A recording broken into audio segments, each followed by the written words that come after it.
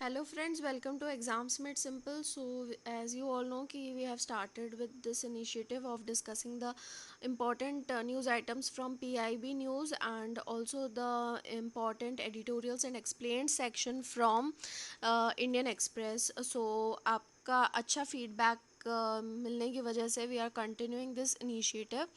So keep responding and keep liking our videos, keep sharing them. Okay. अब पहला news जो है वो आपको पता है कि टुमारो दैट ऑन अगस्त 5 अगस्त जो अयोध्या का लॉर्ड राम टेम्पल है उसको रीबिल्ड करने का वो शुरू किया जा रहा है, फाउंडेशन ले किया जा रहा है. So vice president had called upon the people to spread the universal message of dharma as depicted in the timeless epic Ramayana. तो इसमें मेजर कुछ जो टर्म्स हैं हम बस वही देखेंगे, कुछ इंपॉर्टेंट चीज़ें. For example he quoted the Vedic and Sanskrit scholar Arthur Anthony Macdonell और उनका जैसे कहना था दैट Rama's ideas as told in the Indian text are secular in origin. Okay, so this is मतलब वाइस प्रेसिडेंट ने कहा है एंड ही हैज़ कोटेड वैदिक and Sanskrit scholar. Okay, Arthur Anthony McDonald. Okay, and जो स्टोरी है लॉर्ड राम की, it holds great cultural significance in countries like. अगर आपसे पूछा जाए कि कहाँ कहाँ पे जो हमारे एपिक्स हैं उनका सिग्निफिकेंस देखा गया है या रामायण का वो पाया गया है, तो please remember the countries. South east Asia की कंट्रीज़ हैं Java, Bali, Malay, Burma, Thailand, Cambodia and Laos. Okay, तो वहाँ पे story of lord Ram holds great cultural significance. Okay, and उसी तरीके से जो कंबोडिया का टेम्पल है अंगकोर वट, वहाँ के जो पैनल्स हैं they depict scenes from Ramayana and the famous Ramayana ballet at the Prambanan temple in Indonesia. तो ये भी आपको टर्म्स याद रखने. Okay, rest things what all he has said, मतलब वर्ड्स वगैरह वो सब they are not that much important. And next is about Bharat Air Fiber, a last mile telecom connectivity solution based on radio network was inaugurated. तो आपको इसमें ये याद रखना है कि भारत एयर फाइबर जो है वो last mile telecom connectivity solution है और इसको इंट्रोड्यूस किया है BSNL ने. Okay, as a part of Digital India initiative by Government of India, and it aims of providing wireless connectivity in the range of 20 kilometers from the BSNL locations. तो जहाँ भी BSNL locations होंगी वहाँ से remote places के लिए मतलब 20 kilometre तक की रेंज में वायरलेस कनेक्टिविटी प्रोवाइड की जाएगी. and uh, and also it will benefit as BSNL comes with cheapest services with support of telecom infrastructure partners. तो TIP से जो उनको सपोर्ट मिलेगा उसकी वजह से सर्विसेज जो रहेंगी वो काफ़ी चीप रहेंगी. So please remember this. Bharat air fibre services last mile connectivity solution है, किसका है? BSNL का है. Okay, and these services are special and different from other operators as BSNL is providing unlimited free voice calling. ठीक है, तो ये feature भी दिया है कि अनलिमिटेड फ्री वॉइस कॉलिंग रहेगी इसमें. and BSNL is currently successfully providing landline broadband and fiber FTTH connections. Okay, now next is that the new scheme to make India Atmanirbhar in अगरबत्ती प्रोडक्शन इज लॉन्च्ड. ओके, अब ये किसने propose किया है? फिर से KVIC ने, to make India आत्मनिर्भर.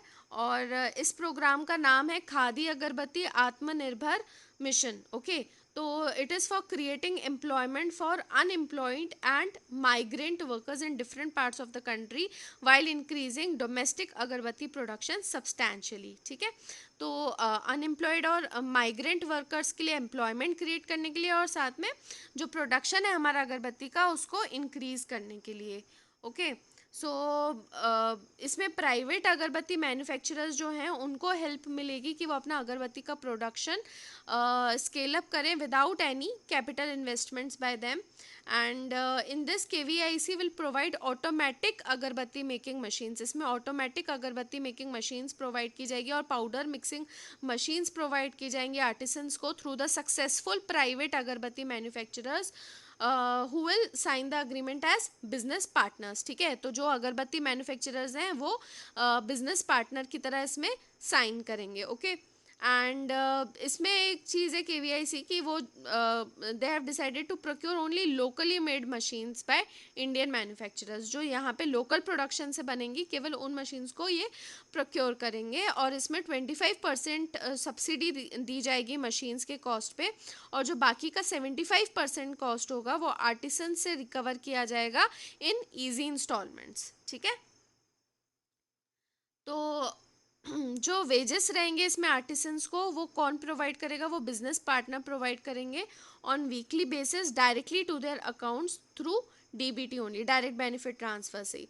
और जैसे ही 75% उनका कॉस्ट जो है वो रिकवर हो जाएगा, तो मशीन्स की ओनरशिप ऑटोमेटिकली किसके पास चली जाएगी? आर्टिसंस के पास में। ठीक है। तो ये एक टू पार्टी अग्रीमेंट रहेगा केवीआईसी और जो प्राइवेट मैन्युफैक्चरर्स हैं उनके बीच में, और पीपीपी मोड में ये रहेगा। एंड ये जो स्कीम है, it has been design in wake of two major decisions, import restriction of raw agarbatti and increase in import duty on bamboo sticks. ठीक है। तो ये दो मेजर डिसीजंस लिए गए थे। इंपोर्ट रिस्ट्रिक्शन किया गया था रॉ अगरबत्ती पे, और इंपोर्ट ड्यूटी को भी बढ़ाया गया था on bamboo sticks. Okay. Now, INST scientists have developed simple economical non-surgical prevention of cataract.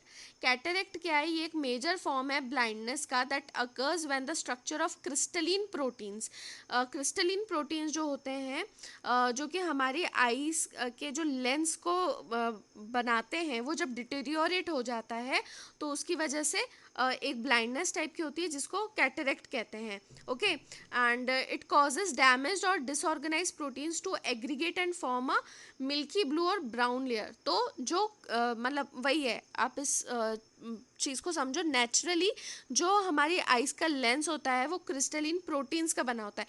अब ये जो क्रिस्टलिन प्रोटीन्स है, ये जब खराब होने लगते हैं, डैमेज होने लगते हैं, तो वो एक जगह पे एग्रीगेट होते हैं और वो एक मिल्की ब्लू या ब्राउन लेयर बनाते हैं, और जिसकी वजह से जो लेंस है उसकी ट्रांसपेरेंसी चली जाती है। आपने एजेड लोग में अक्सर देखा होगा कि उनकी आईज जो होती हैं वो ग्रेश ब्लूइश टाइप की हो जाती हैं, तो दैट इज कैटरेक्ट। ओके। उससे दिखना जो होता है वो कम होता है, एंड इट में even result into complete blindness. Okay. तो वैसे तो कई सारे इस एग्रीगेशन को रोकने के लिए नेचुरल इनहिबिटर्स हैं, लेकिन अभी जो इसकी यूटिलिटी रहेगी, अभी इन्होंने जो निकाला है वो है non steroidal anti inflammatory drugs जैसे aspirin. So this will open a new paradigm. अब क्या करेंगे, जो एस्पिरिन के हैं नैनो रॉड्स को इसमें इंट्रोड्यूस किया जाएगा, because of the nano size it will enhance the bioavailability and improve drug loading and lower toxicity. Okay. तो जो एस्पिरिन नैनो रॉड्स हैं उनको आई ड्रॉप्स के फॉर्म में आइस में मतलब उसको डिलीवर किया जाएगा, तो मतलब बिना इन्वेजन के, यानी कि वैसे जो अक्सर सर्जरी करानी पड़ती थी, बिना उस चीज़ के इसको ट्रीट किया जा सकेगा। Okay. So this is a low cost alternative non surgical treatment method. Okay. Now, Ministry of Defense has released draft Defense Production and Export Promotion Policy 2020। तो ये किस लिए है? To improve the self reliance in defence manufacturing, और इसके लिए कई सारे ऐसे अनाउंसमेंट्स किए गए हैं अंडर आत्मनिर्भर भारत पैकेज। ओके। तो डिफेंस प्रोडक्शन कैपेबिलिटीज जो कंट्री की हैं उनको बढ़ाने के लिए, अपना सेल्फ रिलायंस बढ़ाने के लिए ये किया गया है, और इसके गोल्स ऑब्जेक्टिव्स क्या हैं? टर्नओवर को बढ़ाना है टू ₹1,75,000 एंड इसमें एक्सपोर्ट रहेगा ₹35,000 का in aerospace and defence goods and services by 2025। और जो डिफेंस इंडस्ट्री है उसको रोबस्ट और कॉम्पिटिटिव बनाना है, इम्पोर्ट्स के ऊपर डिपेंडेंस को रिड्यूस करना है, and take forward make in India initiative. Exports को हमको बढ़ाना है, जैसे कि बताया इम्पोर्ट्स घटाने, एक्सपोर्ट्स को बढ़ाना है, एंड एनकरेज R&D। ओके। और इसमें क्या क्या स्ट्रेटजीज रहेंगी? इसमें प्रोक्योरमेंट रिफॉर्म्स किए जाएंगे, इंडिजिनाइजेशन किया जाएगा, एमएसएमईज को सपोर्ट करना, रिसोर्स एलोकेशन को ऑप्टिमाइज करना। ओके। और पूरा वही आत्मनिर्भर के ऊपर है, तो हर चीज़ उसमें ही आ जाएगी। इन्वेस्टमेंट प्रमोशन, और जो डिफेंस पीएसयूज हैं और ऑर्डिनेंस फैक्ट्री बोर्ड्स हैं OFB, उनमें उनके लिए स्ट्रेटजीज अलग से बनाना, and quality assurance and testing infrastructure. Okay. Next we move on to Indian Express explained sections पे। तो पहला जो है वो है lessons for public policy from कोविड-19 एक्सपीरियंस। तो जो पेंडेमिक है उसमें मतलब अभी इस एडिटोरियल में ऑथर ने देखा है कि क्या एक्सपर्ट्स और एडमिनिस्ट्रेटर्स के बीच में कोलैबोरेशन की ज़रूरत है। सो कोविड-19 caught every public authority by surprise.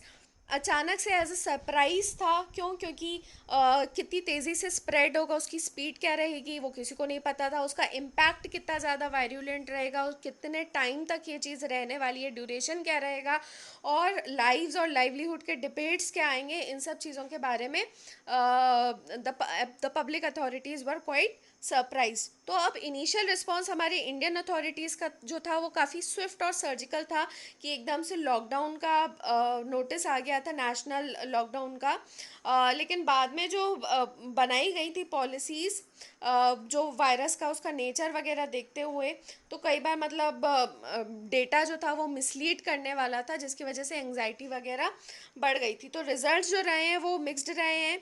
कुछ अथॉरिटी सक्सेसफुल रही है और कुछ का कंट्रोल लूज हुआ है। तो इससे हमको क्या सीखने को मिलता है? What are the lessons that the COVID experience offers to the practitioners of public policy? तो ऑथर ने जो है पिछले जो 6 महीने बीते हैं उनको ध्यान में रखते हुए he has describe two learnings and he has also offered one suggestion. तो दो लर्निंग्स क्या हैं? पहली लर्निंग है कि गवर्नमेंट जो है वो खुद से ऐसे क्राइसिस को मैनेज नहीं कर सकती हैं। उनके पास में इतने सफिशिएंट टूल्स नहीं है, टेक्निकल, साइंटिफिक या इंस्टीट्यूशनल टूल्स। तो ऐसे में उनको आउटसाइडर्स के सपोर्ट की ज़रूरत पड़ती है। Second thing is success depends on disentangling policy formulation from policy implementation। तो पॉलिसी फॉर्मुलेशन एक चीज़ होती है और उसका इम्प्लीमेंट करना एक चीज़ होती है।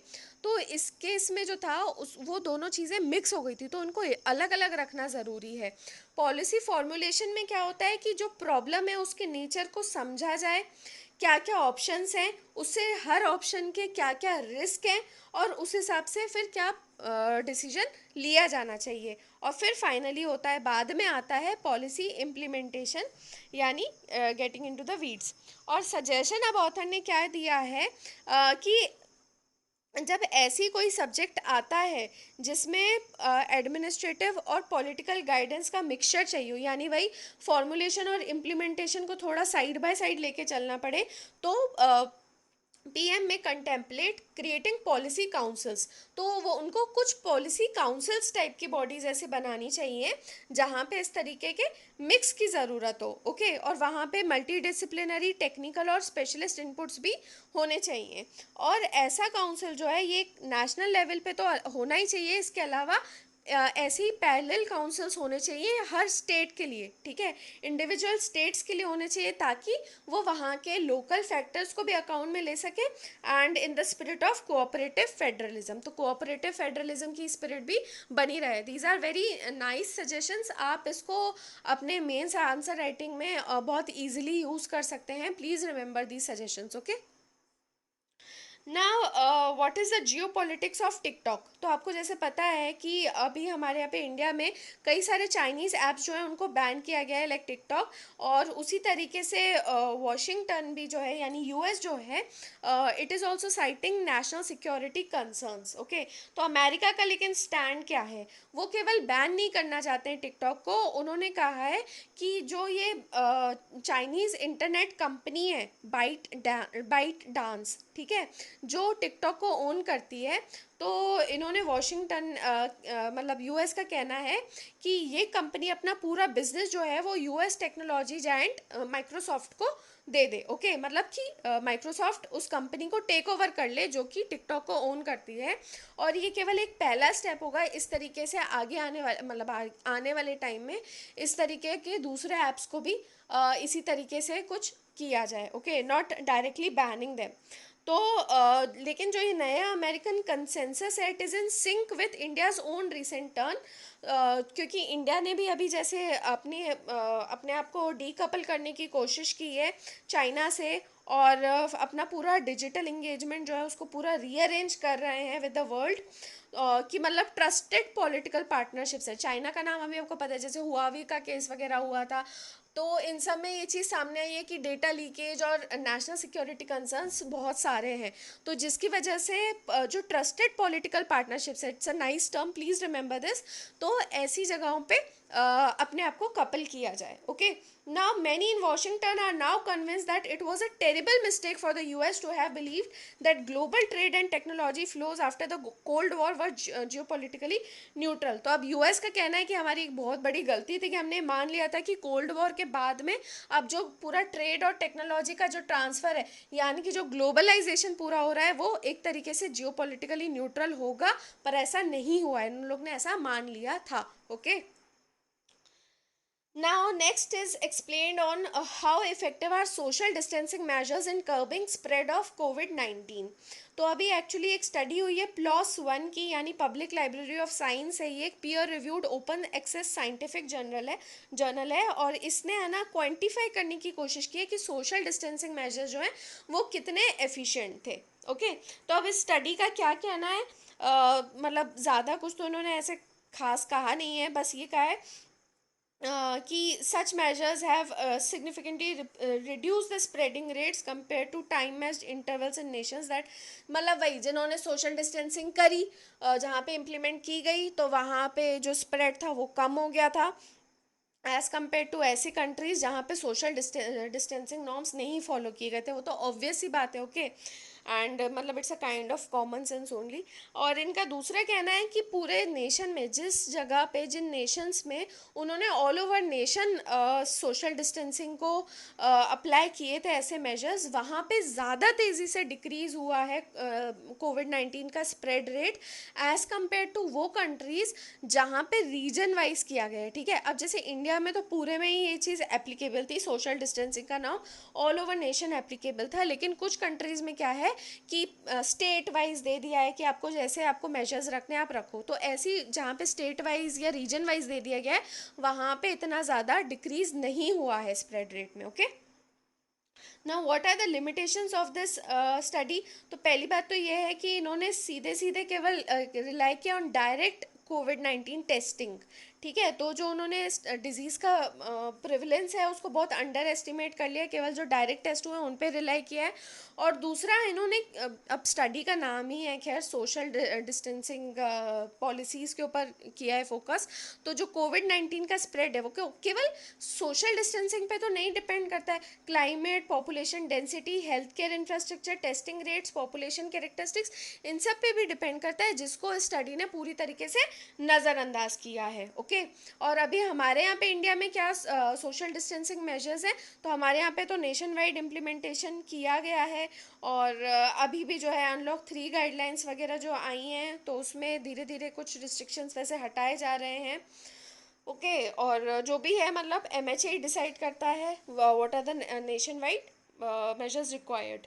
Now next is why the race for a COVID-19 vaccine is an unprecedented sprint. ये जो अभी दौड़ मची हुई है कोविड-19 का वैक्सीन निकालने के लिए, ये चीज़ ऐसी मतलब इतनी दौड़ क्यों मची है आज तक, ऐसी पहले ऐसा कुछ पहले क्यों नहीं हुआ है, क्योंकि WHO ने ये चीज़ बताई है कि more than 160 potential vaccines are in various stages of testing. मतलब आप सोचो पूरे ऑल ओवर वर्ल्ड में इकट्ठा बाकी सारी बीमारियों को छोड़ के केवल कोरोना वायरस के पीछे 160 से भी ज़्यादा वैक्सीन जो है वो टेस्टिंग फेज में है. ओके, तो अभी कौन कितनी वैक्सीन्स को टेस्ट किया जा रहा है अगेंस्ट कोविड-19. तो WHO का कहना है कि कम से कम 26 पोटेंशियल कोविड-19 वैक्सीन जो हैं they are in various stages of human trials, और 139 जो है उनमें एनिमल टेस्ट अभी हो रहा है. ओके, और कोविड-19 जो है वो एक ऐसी एकमात्र अभी डिजीज़ है पिछले कई दशकों में, पिछले कई डेकेड्स में, जिसने सबसे ज़्यादा वैक्सीन कैंडिडेट्स को अट्रैक्ट किया है. एंड इसका दूसरा एक एस्पेक्ट ये भी है कि कितना तेज़ी से ये डेवलपमेंट हो रहा है. आपने देखा होगा कि इसके पहले कुछ ऐसी जब डिजीज़ेस वगैरह आई हैं तो इतनी तेज़ी से उसके वैक्सीन की खोज नहीं की गई. Okay, but why are there so many vaccine candidates in this race. वजह क्या है कि इतने सारे वैक्सीन कैंडिडेट्स हैं. तो इसके रीजंस ये हैं कि हर मैन्युफैक्चरर को पहली बात तो ये लग रहा है कि जो वायरस का स्प्रेड है, जो उसकी स्पीड है, वो इतनी ज़्यादा है कि उनको अपनी तरफ से कंट्रीब्यूट करना चाहिए, क्योंकि ये एक ऐसा वायरस है जो आज लगभग हर कंट्री में इफेक्ट कर चुका है। ओके, एंड ऑब्वियस सी बात है कि वैक्सीन सोल्यूशन जो जल्दी से जल्दी निकालेगा, for the opportunity for early movers is quite immense. Okay, क्यों? क्योंकि पॉपुलेशन भी बहुत ज़्यादा इफेक्ट हुई है और इकोनॉमिक कॉन्सिक्वेंसेस भी बहुत ज़्यादा हुए हैं। तो जितना बड़ा स्प्रेड है उतना बड़ा मतलब वही अपॉर्चुनिटी निकाल रहे हैं, ऑब्वियस सी बात है। ठीक है, एंड जो रीजन्स है वो भी बहुत ज़्यादा इंपॉर्टेंट रोल प्ले करते हैं, क्योंकि अगर डेवलप्ड कंट्रीज़ हैं, जैसे अभी देखा गया यूएस वगैरह का, जब ऐसी कंट्रीज़ भी अफेक्ट हो जाती हैं तो टेक्नोलॉजिकल डेवलपमेंट जो होता है वो बहुत तेज़ी से होता है। ठीक है, now why is it important to have so many vaccine candidates? इसकी ज़रूरत क्या है, कितने सारे कैंडिडेट्स आ रहे हैं? तो ऑब्वियस सी बात है, अगर 160 से ज़्यादा आ रहे हैं तो सबके सब तो वैक्सीन नहीं बनाएंगे, उनमें से कुछ एक ही सक्सेसफुल होंगे। एंड लेकिन अगर ज़्यादा डाइवर्सिटी रहेगी तो जो चांसेस हैं फेल होने के वो कम होंगे। ओके, और इसमें ये भी अगर कोई मोनोपोली करना चाहे कि मतलब, तो वो ऐसे केस में पॉपुलेशन को एक्सप्लॉइट कर सकता है। ओके, तो इतने सारे वैक्सीन्स होने से it reduces the chances of governments and public being exploited. Okay, now next is who was Black Mozart and why was calling him that problematic? तो एक्चुअली में ये ज़्यादा वैसे इंपॉर्टेंट वो नहीं है, so you can also skip this thing. So अभी actually में एक इनके ऊपर black Mozart was Saint Georges. Okay, and he was a musician. And अभी वो क्यों न्यूज़ में थे वैसे, because of the ongoing black lives matter movement. Okay, तो ब्लैक मोजर्ट इनको कहते हैं, बस मेन आप ये याद रख सकते हो। एंड इनको वैसे प्रॉब्लमेटिक ये कहना क्यों है, क्योंकि he was a brilliant classical musician, और मोजार्ट जो थे वो उससे मोजार्ट सेंट जॉर्जेस से जूनियर थे। Okay, Saint Georges was senior, तो calling a senior and because of his black colour calling him black Mozart was seen as a denigration of his memory and talent. Okay, और in fact इन्होंने Mozart को inspire किया था। So basically उनका क्यों इतना ज़्यादा वो था, because of black colour, and he was born in like 18th century। तो उस टाइम पे मतलब ही वॉज, जो पेरेंट्स थे उनके, जो फादर थे, he was white sugar and coffee plantation owner, while his mother was an African Guadeloupean woman. So जो mixed white and black ancestry के बच्चे होते थे उनको मुलैटोस कहते थे। So he had this aristocracy skills, and he also went on this classical music, and most of his music was intricate and complex. Okay, लेकिन जो उनकी डार्क स्किन टोन था उसकी वजह से उनको ज़्यादा एक्सेप्ट नहीं किया गया था।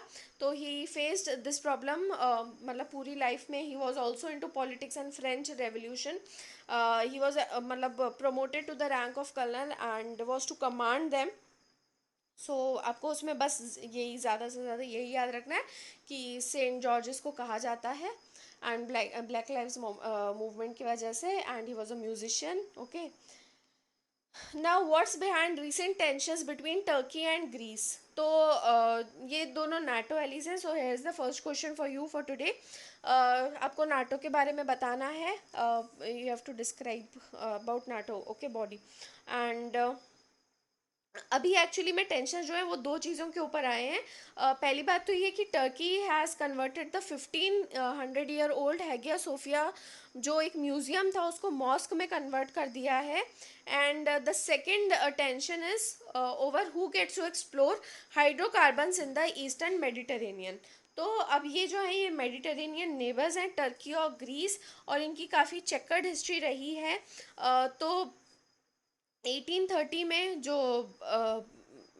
ग्रीस था उसको इंडिपेंडेंस मिला था टर्की से, from a modern Turkey's precursor the Ottoman empire.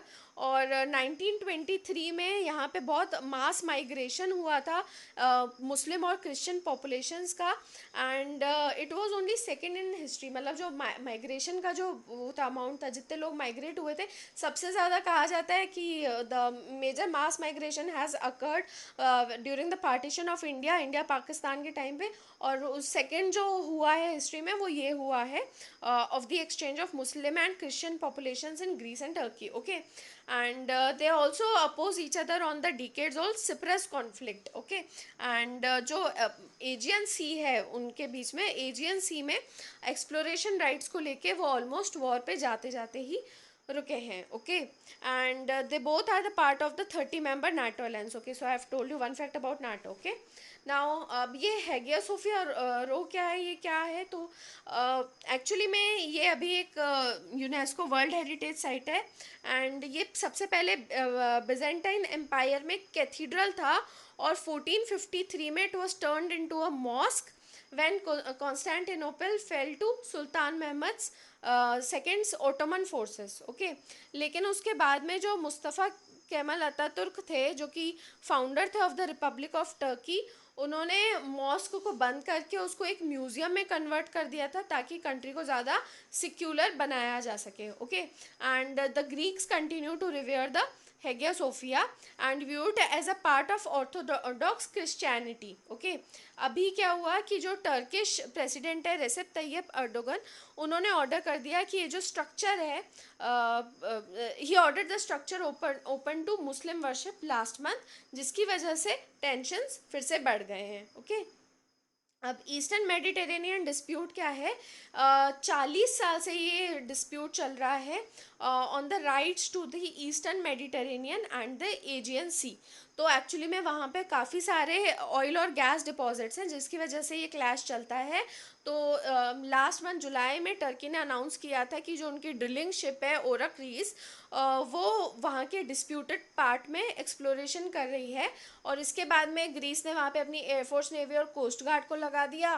फिर फ्रेंच प्रेसिडेंट और जर्मन चांसलर ने इंटरवीन किया, उस पर कुछ कहा। तो उसके बाद में टर्की ने लास्ट वीक में ये कहा है कि it has halted the drilling operation and it was ready to discuss the issue with Greece, okay.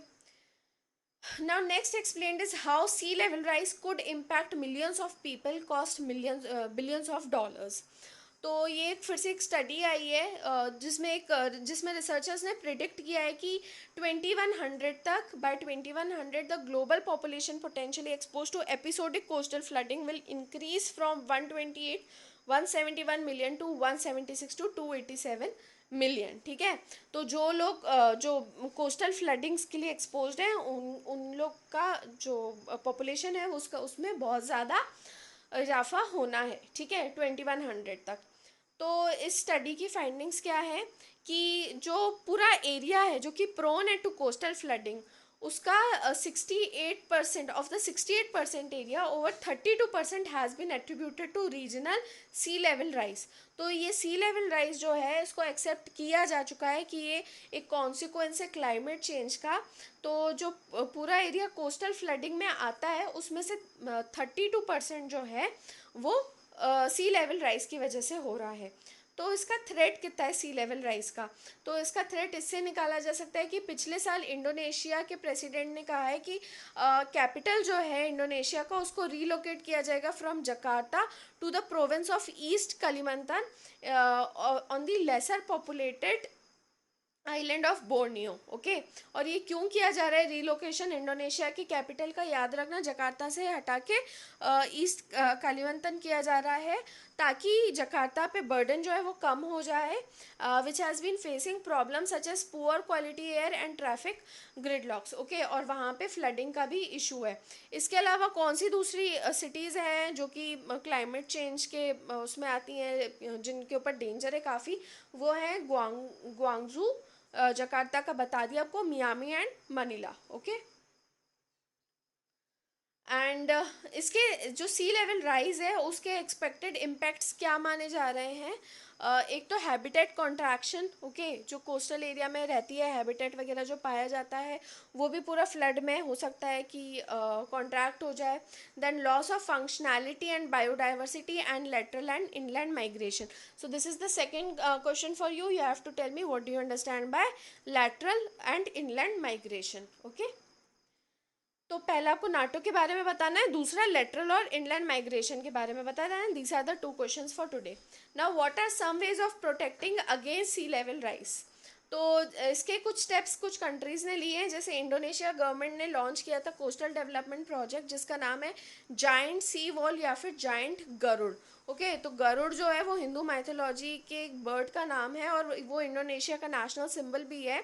और ये जो प्रोजेक्ट है ये 2014 में लॉन्च किया गया था to protect the city from floods. और उसी तरीके से जो नॉर्दर्न यूरोपियन वाला रीजन है वहाँ पे एक एक्स्ट्रॉर्डनरी मेजर लिया गया to protect 25 million people and important economic regions of 15 northern European countries from rising seas as a result of climate change. और इसका प्रोजेक्ट का नाम क्या है, इस मेजर का नाम क्या है, need, that is northern European enclosure dam. Okay, तो ये किसके लिए, वही फ्लडिंग और राइजिंग सी लेवल से उसको बचाने के लिए, ठीक है, वहाँ के लोगों को बचाने के लिए. So it will enclose all of the northern sea. तो वहाँ पे दो डैम्स को कंस्ट्रक्ट किया जाएगा 637 किलोमीटर की लेंथ पे and to protect northern Europe against unstoppable SLR. और इस तरीके से इन्होंने दूसरे रीजन्स को भी आइडेंटिफाई किया है जैसे पर्शियन गल्फ, मेडिटेरेनियन सी, बाल्टिक सी, आयरिश सी और रेड सी, जहाँ पे इस तरीके के मेगा एनक्लोजर्स करके आसपास के रीजन्स को बचाया जा सकता है.